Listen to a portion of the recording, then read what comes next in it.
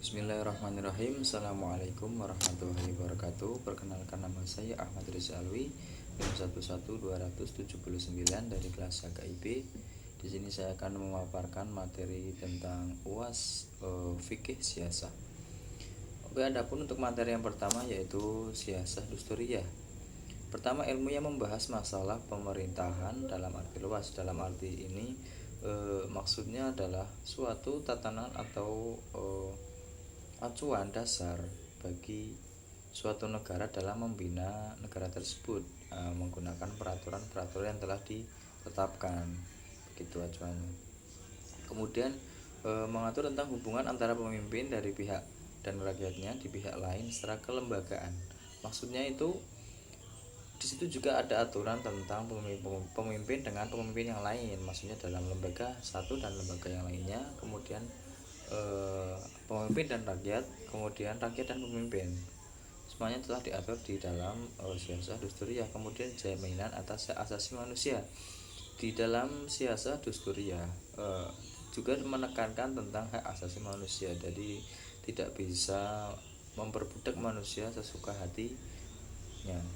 Kemudian peraturan tentang hubungan antara pemerintah dan rakyat yang diperintah, itu tadi diulang lagi, tetap ada timbal balik atau peraturan yang antara rakyat dan pemerintah ataupun pemerintah dengan rakyat. Kemudian al-hal wal adl di sini merupakan lembaga perwakilan yang menampung dan menyalurkan aspirasi suara rakyat. Kalau contoh di Indonesia berarti itu seperti hanya DPR, MPR, begitulah pengertiannya itu. Jadi lembaga yang menampung suara rakyat, kemudian diproses musyawarah, kemudian disampaikan oleh pemimpin dalam lembaga tersebut, kemudian antar lembaga-lembaga tersebut berembuk untuk kemaslahatan umatnya. Kemudian kewenangan untuk memutuskan dan menentukan suatu atas nama umat, seperti fatwa, terus hukum syariat, begitulah. Kemudian adapun seperti hukum-hukum tentang aturan manusia dengan manusia, kisos, begitulah. Kemudian sekelompok anggota masyarakat yang mewakili umat dalam menentukan arah dan kebijakan pemerintah dan demi tercapainya suatu kemaslahatan hidup, yaitu tadi orang yang dipilih oleh sekelompok orang demi dengan tujuan untuk memimpin kelompok tersebut demi kemajuan di masa yang akan depan. Kemudian syarat, adapun syarat di sini dari seorang orang yang ditunjuk,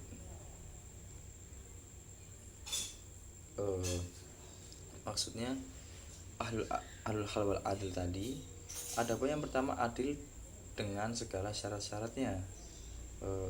Adil di sini merupakan orang yang maksudnya bijaksana dalam suatu perkara, misalnya dia lebih mengutamakan kebutuhan daripada keinginan. Kemudian ilmu yang membuatnya mampu mengetahui siapa yang berhak menjadi imam. Jadi kan orang yang ditunjuk jadi pemimpin itu kan nantinya akan ditunjuk menjadi orang yang memutuskan suatu perkara, dalam artian juga bisa menetapkan atau mengganti atau menghentikan suatu pemimpin di daerah, pembagian daerah tersebut. Jadi harus orang yang bisa berkriteria dalam bisa memilih khalifah atau pemimpin. Kemudian wawasan dan sikap bijaksana membuatnya memiliki sikap yang tepat menjadi imam khalifah dan paling efektif, serta paling ahli dalam mengelola semua kepentingan. Jadi siapa orang yang paling menonjol di kelompok tersebut, siapa orang yang paling mampu berwawasan keilmuan sosial di kelompok tersebut, merupakan orang yang berhak menjadi pemimpin dalam kelompok tersebut. Kemudian pemilihan dilaksanakan dengan keputusan di tangan rakyat, demokrasi. Jadi pemilihannya itu ya musyawarah, tapi dengan ketentuan keputusan itu diambil oleh bersama. Maksudnya jadi tidak bisa dimonopoli. Jadi suara rakyat ya keputusannya itulah suara rakyat. Kemudian untuk mekanisme pemilihan, adapun prosedur pemilihan ahlul hal wal adl dilaksanakan dengan demokrasi atau keputusan di tangan rakyat. Kemudian meneliti persyaratan kandidat. Sebelum orang-orang tersebut mencalon, harus diteliti tersebut. Wah, ini orang ini cocok atau tidak dari segi kualitas, kuantitas. Kemudian kalaupun dia nanti bisa terpilih, apakah dia mempunyai kekuatan untuk merubah negeri ini atau tidak. Jadi itu dipertimbangkan oleh lembaga yang meneliti kandidat-kandidat ahlul hal wal adl. Kemudian yang selanjutnya itu menggunakan musyawarah, tetap menggunakan musyawarah dalam artian di sini demokrasi atau voting, suara rakyat. Jadi dalam artian di sini tidak bisa dimonopoli oleh satu orang untuk menetapkan, biasanya keturunannya kan, kalau orang Arab begitu. Kemudian Nabi Muhammad SAW telah meletakkan landasan filosofis sistem pemerintahan yang memiliki corak demokratis. Nabi Muhammad sendiri itu suka sekali dengan musyawarah dalam menetapkan suatu masalah yang tidak ada nas di dalam Al-Quran. Beliau tetap meminta pendapat para sahabat-sahabatnya, tetap menerima pendapat sahabat-sahabatnya, dan kemudian mempertimbangkan hal apa yang paling terbaik untuk ditetapkan sebagai hukum bagi umat. Kemudian yang selanjutnya wewenang dari ahlul hal wal adl. Yang pertama mengajak kebaikan, termasuk di dalamnya mengajak perkara umum. Di antaranya adalah menetapkan peraturan hukum pada rakyat yang membuat melalui proses musyawarah. Yang pertama itu intinya tetap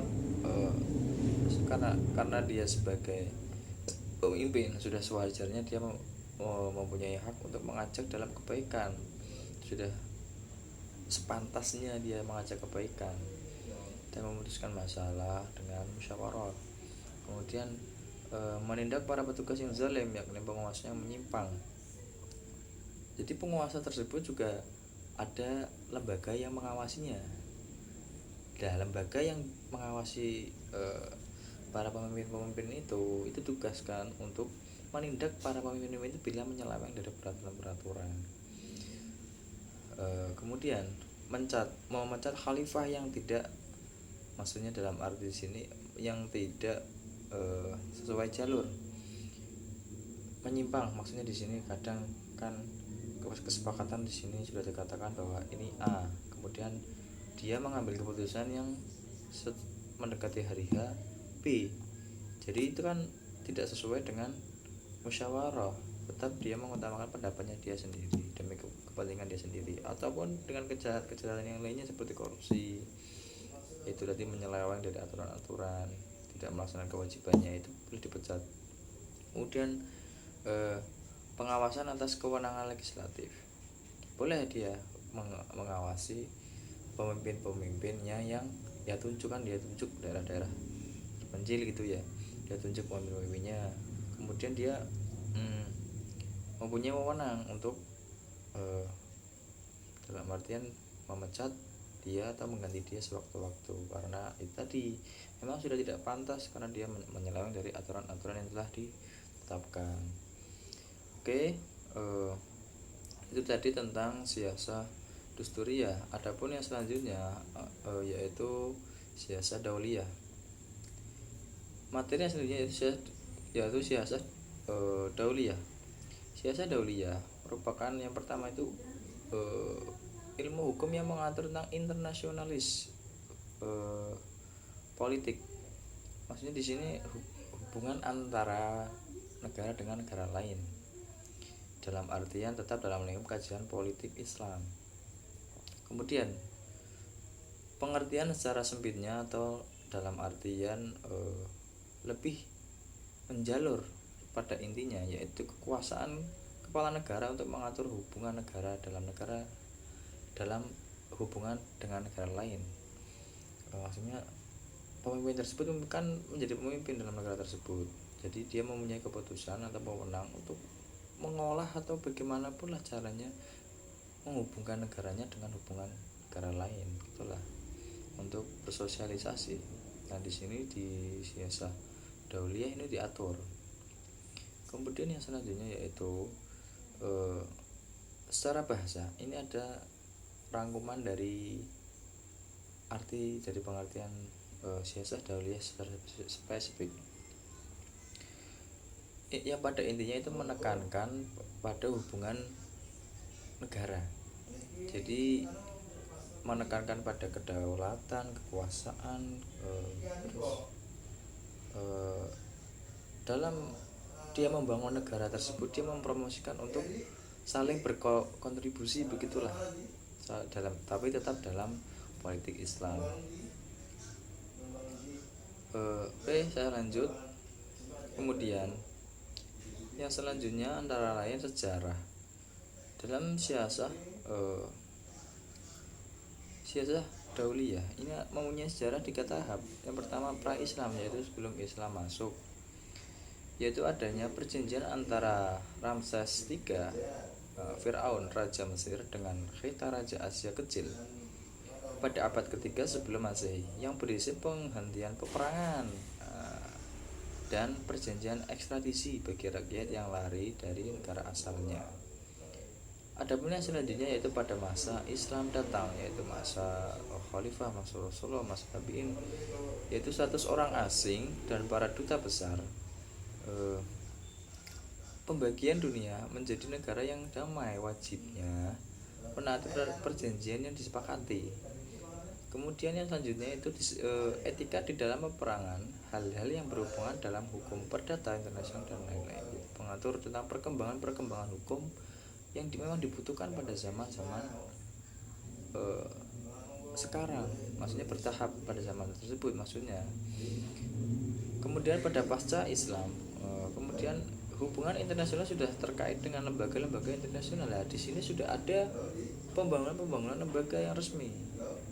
Dengan hal tersebut mendongkrak orang untuk ini harus diberikan wadah untuk lembaga tersebut. Nah, kemudian diberikan wadah sebagai oposisi untuk perkembangan lembaga yang selanjutnya. Kemudian ruang lingkup siasah dauliyah. Yang pertama perjanjian internasional, yang kedua perlakuan terhadap tawanan, yang ketiga kewajiban hak suatu negara terhadap negara lain. Ini lebih menjurusnya itu lebih ke kewenangan. Perjanjian nasional itu merupakan perjanjian internasional merupakan perjanjian yang dibuat oleh negara dan negara lain, minimal 2 negara. Dalam hal ini kedua negara tersebut bersepakat atas suatu hal dalam melakukan suatu tindakan atau suatu komitmen ke depannya. Kemudian untuk perlakuan terhadap tawanan. Nah, di sini tawanan diatur oleh siasah dauliyah. Tidak bisa sewenang-wenang. Dalam hal lain, orang asing harus tetap memulai proses bersyarat, apalagi seorang tawanan. Nah, di sini ada syarat-syarat lebih mendetail lagi. Kemudian kewajiban hak suatu negara terhadap lain. Nah, di dalam berangkat dari perjanjian awal tadi, itu kan mengakibatkan bahwa kedua negara tersebut mempunyai kewajiban masing-masing. Nah, kewajiban negara masing-masing itu harus dilaksanakan sebagai komitmen bersama dalam membangun tujuan bersama itu. Adapun yang selanjutnya itu aturan perang, ekstradisi, kemudian pemberian suaka politik dan keamanan, kemudian penentuan situasi damai atau perang. Jadi lebih mendetail lagi kapan waktu yang tepat untuk suatu hal ini dan kapan waktu yang tepat untuk suatu hal yang ini lain. Lebih diatur di dalam siasah dauliyah. Kemudian yang selanjutnya dasar-dasar dari siasah dauliyah. Yang pertama itu asas kemanusiaan atau hak asasi manusia. Kemudian asas persamaan, kemudian asas keadilan, kemudian asas musyawarah, kemudian asas kebebasan, dan kemudian asas kehormatan manusia, yang semuanya ini tetap menitik beratkan pada hak asasi manusia dan dalam hubungannya tetap mengutamakan musyawarah sebagai pengambilan keputusan. Nah, kemudian itu menghasilkan toleransi antar umat dan membangun negara tersebut untuk berhubungan kepada negara lain lebih baik dengan tujuan untuk mengembangkan politik Islam dalam negara masing-masing. Oke. Yang pertama itu siasah dauliyah. Siasah dauliyah itu kan tadi mengatur tentang hubungan antar negara, tentang hubungan eh, politik, peperangan, kedaulatan dan yang lain-lain.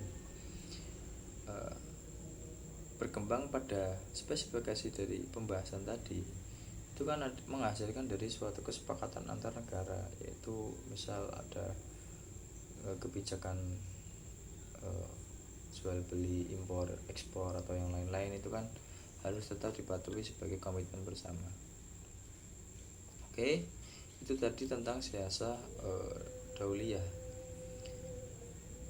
Saya lanjut ke materi yang selanjutnya, yaitu siasah maliyah. Tadi udah dua, nah sekarang yang terakhir adalah siasah maliyah. Siasah maliyah berarti mengatur, mengurus pemerintah dan suatu pemerintahan. Dalam hal ini antara lain politik dan pembuatan kebiasaan keputusan. Maksudnya di sini merupakan bahwa siasah mengatur dan membuat kebijakan atau sesuatu yang bersifat politik untuk mencapai suatu tujuan bersama. Dalam negara tersebut kan membutuhkan yang namanya kesuksesan dalam perkembangannya. Nah, ini sudah tugas dari lembaga-lembaga yang ditunjuk oleh rakyat untuk sebisa mungkin berkembang dalam politik. Nah, dengan cara mereka membuat kebijakan-kebijakan yang notabene mohon maaf, yang bisa menghasilkan perkembangan dalam umat. Oke, kemudian untuk lanjutannya, siasah maliyah di sini merupakan siasah fikih, perpaduan antara fikih dusturiyah dan dauliyah. Jadi saling melengkapi antara kedua siasah tadi, kemudian digabungkan dan lebih dikembangkan lagi dalam kaitannya dengan siasah maliyah. Oke, saya lanjutkan. Adapun untuk sumber hukum dari siasah maliyah, ya pertama itu Al-Quran. Sudah jelas memang Al-Quran adalah sumber dari segala hukum. Nah, di sini siasah maliyah lebih menekankan pengambilan dasar hukum, kemudian dikembangkan oleh ijma itu dari Al-Quran sebelumnya, kemudian lebih ditambahkan lagi ke penggabungan dalam pengambilan hadis-hadis Rasulullah SAW. Jadi mereka lebih mengutamakan Al-Quran dan hadis terlebih dahulu dalam membuat kebijakan di dalam pemerintahan. Adapun yang menyangkut dari siasah maliyah itu hak milik, zakat, ghanimah, zayah, kemudian kharaj, kemudian yang terakhir yaitu baitul mal. Adapun perkembangan tersebut menekankan pada umat agar lebih enak di dalam bersosialisasi di dalam kehidupannya, lebih difasilitasi oleh lembaga-lembaga, kemudian dibangunkan oleh fasilitas-fasilitas infrastruktur, kemudian dikembangkan lagi tentang pendidikannya, kemudian dikembangkan lagi oleh lembaga-lembaganya tersebut dengan kebijakan-kebijakan yang menyangkut demi kemajuan politik negara tersebut, maka terbangunlah siasah maliyah yang baik dengan benar. Oke, mungkin itu saja yang dapat saya sampaikan. Terima kasih. Assalamualaikum warahmatullahi wabarakatuh.